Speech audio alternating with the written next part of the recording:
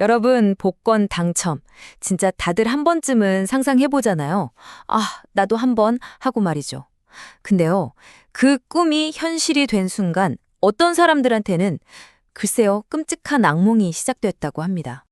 아니, 근데 이 말이요? 그냥 누가 한 말이 아니에요. 무려 3억 1,500만 달러? 그러니까 우리 돈으로 수천억 원에 당첨된 사람이 한 말이라니까요. 이름은 잭 휘테커. 도대체 무슨 일이 있었길래 저런 말을 했을까요? 그러니까요. 복권 당첨이라는 게 정말 꿈의 실현일까요? 아니면 악몽의 시작일까요? 지금부터 들려드릴 이야기들을 들어보시면 아마 생각이 좀 달라지실지도 모릅니다. 이건 그냥 남의 이야기가 아니라 우리 모두에게 보내는 경고일 수도 있거든요. 자, 그럼 첫 번째 이야기부터 시작해볼까요? 가장 먼저 찾아오는 비극은요, 놀랍게도 가장 가까운, 내가 가장 믿었던 사람들한테서 시작된다는 겁니다. 바로 친구, 그리고 가족이요. 역시 돈 앞에서는 장사 없다는 말이 맞는 걸까요? 여기 두니스 로씨라는 분의 이야기가 있습니다. 이분은 복권에 당첨된 사실을 남편한테 숨기고 이혼을 하려고 했어요. 꽤 영리한 계약처럼 보였을 수도 있지만 그 결과는 정말 상상 이상으로 끔찍했습니다. 시간 순서대로 한번 보세요. 1996년에 130만 달러에 당첨됐는데 불과 11일 만에 이혼 소송을 냅니다. 당첨금은 당연히 꿀꺽하고요. 그리고 2년 동안 이 비밀을 지키는 데 성공하는 듯 했어요. 그런데 정말 우연히 배달된 편지 한 통 때문에 모든 게 들통나 버린 거죠. 법원은 어땠을까요? 당연히 괘씸죄가 적용됐겠죠. 판결엔 아주 간단했습니다. 당첨금 전액 전 남편에게 줘라. 결국 그녀는 한 푼도 갖지 못했습니다. 아니, 돈을 다 잃은 것도 충격적인데 지금부터 들려드릴 아이로 눌리의 이야기에 비하면 이건 아무것도 아닙니다. 이분은 비밀 때문에 자신의 목숨을 잃었거든요. 금액부터가 엄청나죠. 280만 달러. 이게 뭐냐면 아이르놀리가 남편한테는 말 한마디 없이 아들들한테 몰래 준 돈이에요. 근데 더 충격적인 게 뭔지 아세요? 그 아들 중 한 명은 남편이 아예 존재 자체를 몰랐던 아들이었다는 겁니다. 정말 막장 드라마 같은 이야기죠. 사건의 전말은 이렇습니다. 아내의 비밀을 알게 된 남편, 조셉. 결국 아내에게 치사량의 진통제를 주사합니다. 이게 다가 아니에요. 아내가 죽어가는 걸 보고 그가 가장 먼저 한 일이 뭔지 아세요? 119에 전화한 게 아니라 자기 회계사랑 부동산 중개인한테 전화를 걸었다는 겁니다. 소름 돋죠? 당연히 법원은 이걸 우발적인 살인이 아니라 계획적인 범죄로 봤고 조셉은 유죄 판결을 받았습니다. 자, 지금까지는 가족 간의 비극이었잖아요. 이번에는 좀 다른 얘기를 해볼게요. 바로 내가 믿고 복권을 맡긴 판매점 직원이 내 뒤통수를 치는 경우입니다. 이건 뭐 사기 수법도 정말 다양해요. 워낙 이런 일이 비일비재하니까 복권위원회도 가만히 있진 않겠죠? 그래서 잠복 수사라는 걸 합니다. 일부러 당첨 복권을 들고 손님인 척 접근해서 직원이 정직한지 아닌지 떠보는 거죠. 여기 보세요. 티나 돌이라는 직원은 5,000달러 당첨 복권을 그냥 꽝이라고 속여서 자기가 가지려고 했고요. 크리스텔이라는 직원은 600달러 당첨됐는데 5달러만 주면서 입을 싹 닦았죠. 더 대담한 사람도 있어요. 실비어 카야는 아예 남편이랑 짜고 조직적으로 복권을 훔쳐서 현금으로 바꿨다고 합니다. 정말 믿을 사람 하나 없네요. 하지만 이런 좀도둑 수준을 넘어서 아예 수백만 달러, 우리 돈으로 거의 100억 원에 가까운 복권을 통째로 훔친 가족도 있습니다. 바로 편의점을 하던 정 씨 가족의 이야기입니다.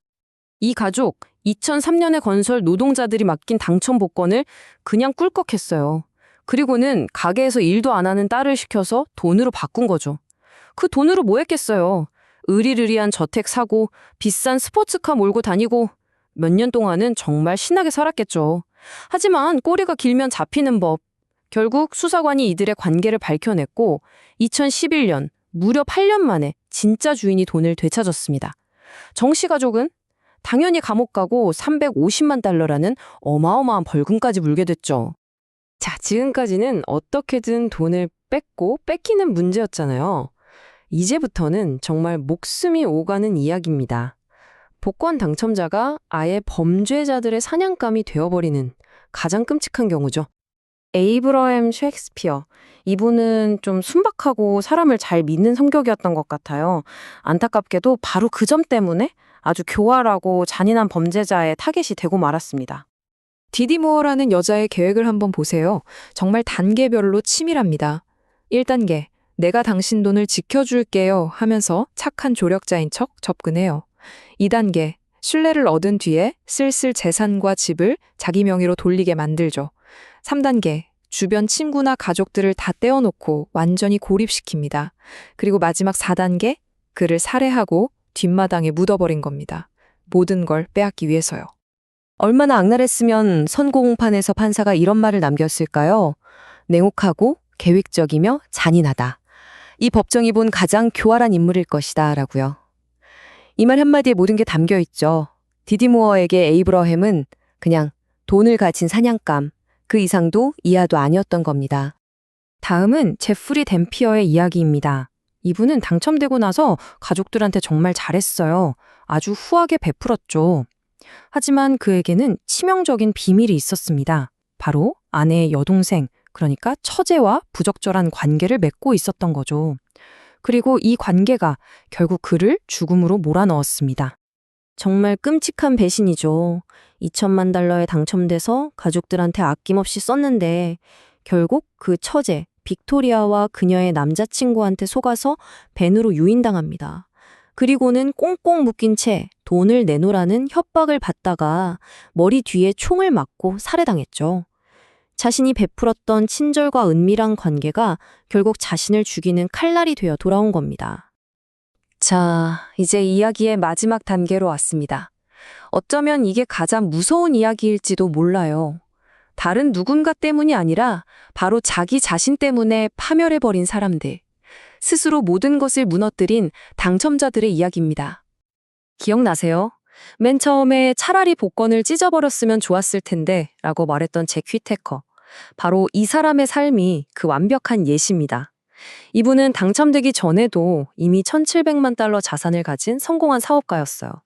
그런데 당첨 후에 어떻게 됐을까요?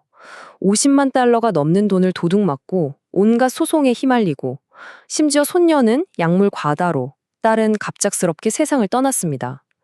결국 아내와도 이혼하고 모든 재산을 잃은 채 무일품으로 홀로 죽음을 맞이했죠. 돈이 오히려 독이 된 겁니다.